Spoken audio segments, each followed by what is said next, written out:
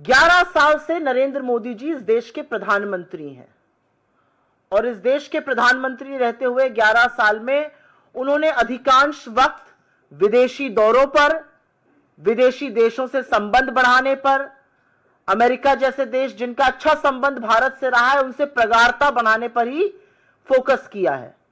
11 सालों में उनका अधिकतर, ज्यादातर ध्यान अपनी रंगी पुती छवि को बनाने का, कैमरे में सही एंगल में आने का, इसी होड़ में बीता है। लेकिन जब आज हमारे देश को विश्व की बड़ी ताकतों, विश्व के बड़े देशों, विश्व के हमारे मित्रों की जरूरत है, तो वो साथ खड़े नजर नहीं आ रहे और बजाय हमारा साथ देने के अमेरिका जैसे देश एडवाइजरी इशू करके कह रहे हैं कि हिंदुस्तान जाना रिस्की है और खास तौर से महिलाएं अकेले हिंदुस्तान बिल्कुल ना जाएं। और यह अमेरिका तब कर रहा है जब वो दूसरी तरफ पाकिस्तान की मेहमान नवाजी कर रहा है, उनको दावतें उड़वा रहा है, उनके लिए लाल कालीन बिछाया हुआ है, उनकी वाहवाही में लगा हुआ है। 11 साल से विदेश नीति का फलसफा यह है कि हमारे लिए एडवाइजरी इशू हो रही है कि हिंदुस्तान ना जाइए और पाकिस्तान के लिए दावतें सज रही हैं। आपकी जानकारी के लिए और आपके माध्यम से लोगों की जानकारी के लिए एक बार ताजा कर देते कि अमेरिका ने भारत की यात्रा पर आने वाले नागरिकों के लिए एक ट्रैवल एडवाइजरी अपडेट करी है। इसको यात्रा चेतावनी कह लीजिए, लेवल 2 की। इसमें कहा गया है कि महिलाएं भारत अकेले यात्रा बिल्कुल न करें। इसमें यह भी कहा गया है कि अमेरिका के जो सरकारी कर्मचारी हैं वो बिना परमिशन के हिंदुस्तान नहीं आ सकते हैं। इस एडवाइजरी में 2 टूक शब्दों में कहा गया है, बलात्कार अभी भारत में सबसे तेजी से बढ़ने वाला अपराधों में से एक है। यहां सेक्सुअल असॉल्ट समेत हिंसक अपराध टूरिस्ट स्पॉट और दूसरे स्थानों पर होते हैं। हमारी वाहवाही में ये कसीदे अमेरिका ने पढ़े हैं और साथ ही और भी हिंसक चेतावनी दी है कि हिंसा हो सकती है, आपराधिक गतिविधि हो सकती है। 11 साल में आज हम उस मुकाम पर खड़े हैं कि अमेरिका जैसा देश हमारे लिए ट्रैवल एडवाइजरी इशू कर रहा है और पाकिस्तान के लिए, हमारे दुश्मन देश पाकिस्तान के उस नफरती जनरल को दावत दे रहा है। हाउडी मोदी किया, नमस्ते ट्रंप किया, अब की बार ट्रंप सरकार के भी नारे लगा डाले। क्या मिला? क्या मिला ये सब करके? आज सवाल इस बात का, आज सवाल तो उन मूल भक्तों से भी पूछना पड़ेगा जो यज्ञ हवन कर रहे थे कि ट्रंप जी राष्ट्रपति बन जाएं। हमें क्या हासिल हुआ, हमें क्या मिला? हाउडी मोदी, नमस्ते ट्रंप, अब की बार ट्रंप सरकार करके आज सवाल इन बातों का है। अभी मैं सुन रही थी 3 दिन पहले मोदी जी बिहार में हाँक रहे थे कि ट्रंप ने उनको दावत पे बुलाया है, उन्होंने मना कर दिया, नहीं नहीं मुझे तो कहीं और जाना है। शायद उड़ीसा में थे, हाँक रहे थे। अच्छा किया आप नहीं गए। आप जाते तो आपको आसिम मुनीर जो नफरती जनरल है उसके साथ बिठाकर खाना खिलाता ट्रंप, और आप कुछ कह नहीं पाते। आप कह रहे हैं आपका मित्र आपको दावत पे बुला रहा है और आपका मित्र हमारे देश के खिलाफ ट्रैवल एडवाइजरी इशू कर रहे हैं। महिलाएं यहां आने लायक नहीं है। अमेरिका के जो पदाधिकारी हैं वो बिना परमिशन के नहीं जाएं, अपने रिस्क पर इंडिया जाइए। आपको दावत पे बुलाया जा रहा है, देश के साथ ये किया जा रहा है। तो असलियत यह है कि अपने देश की विदेश नीति को जो धता बताया है मोदी जी ने,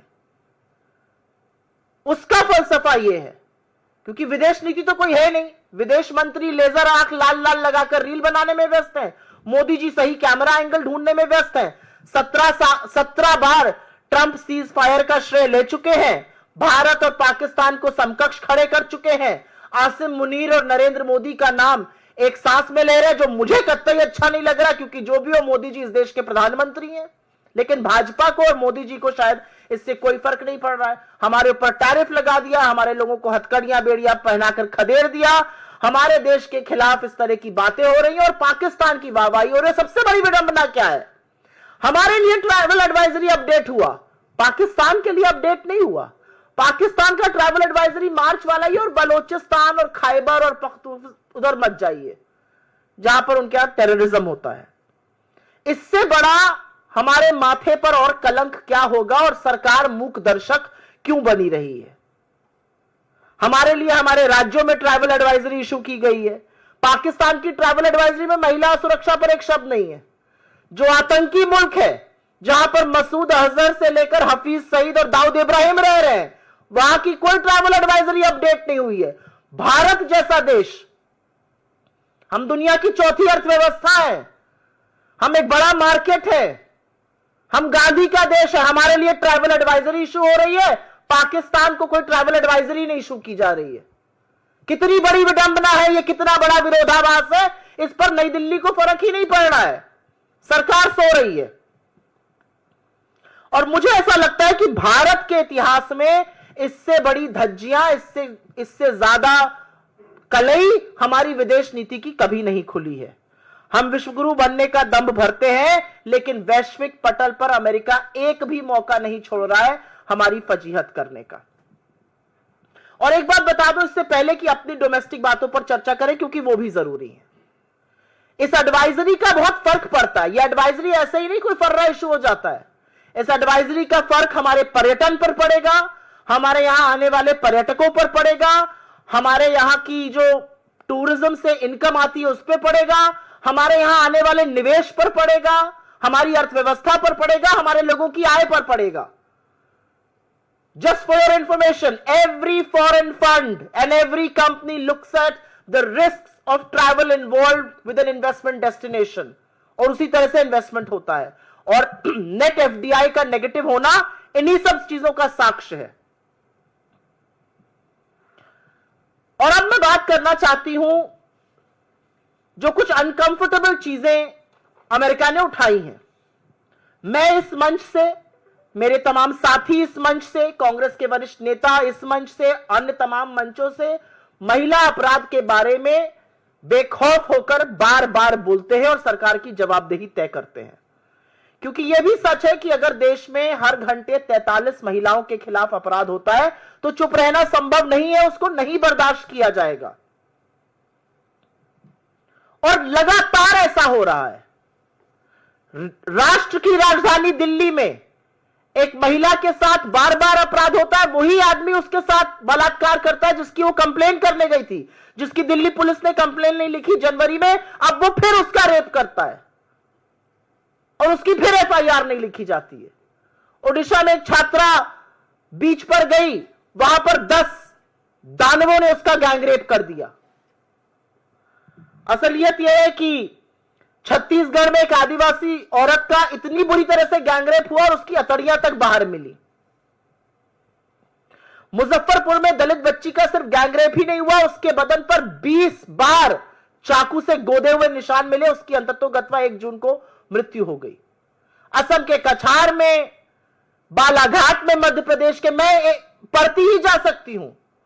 उत्तर प्रदेश में नाबालिग बच्ची का चलती कार में रेप होता है, उसके साथी को बाहर फेंक दिया जाता है जिसकी मृत्यु हो जाती है। तो ऐसा नहीं है कि सब चंगा है।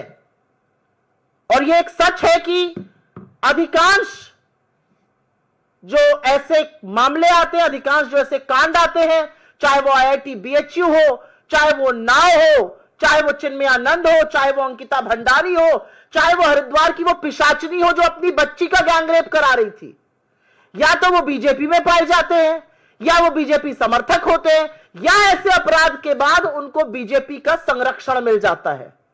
असलियत इस बात की है। और इसलिए कुछ सवाल जरूर उठते हैं, और ये सवाल उठने वाजिब भी हैं।